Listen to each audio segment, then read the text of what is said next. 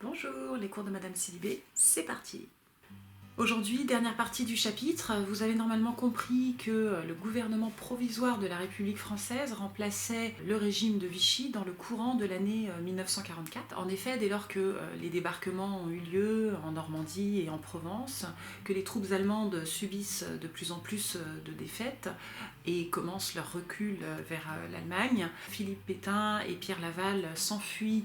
Et c'est au mois d'août 1944 que le GPRF, officiellement donc dirigé par Charles de Gaulle, devient le seul gouvernement légitime de la France.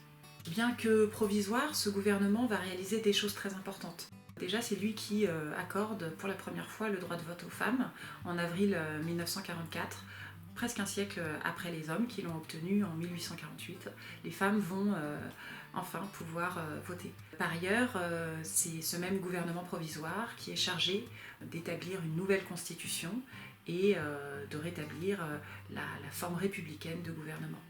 Avant cela, des cours de justice sont créés afin de juger les principaux collaborateurs ou miliciens.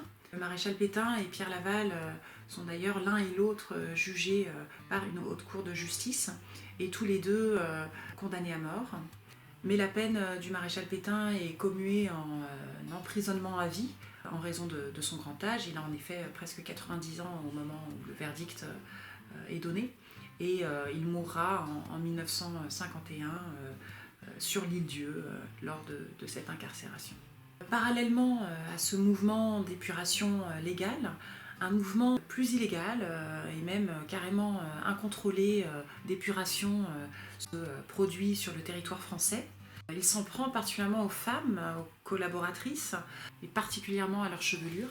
On pense que 20 000 à 30 000 femmes ont subi ce mouvement d'épuration incontrôlée. Et on estime à environ 10 000 le nombre de personnes ayant perdu la vie lors d'exécutions sommaires. La constitution de la 4e République est finalement approuvée par les électeurs et les électrices en octobre 1946.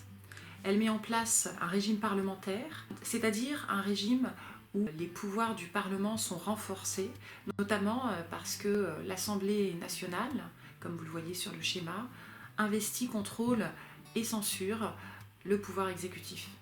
C'est ce qui pousse le général de Gaulle à présenter sa démission dès janvier 1946 et finalement à se retirer de la vie politique. Il souhaitait un pouvoir exécutif fort et regrette finalement que la 4e République soit calquée sur le modèle de la 3e République.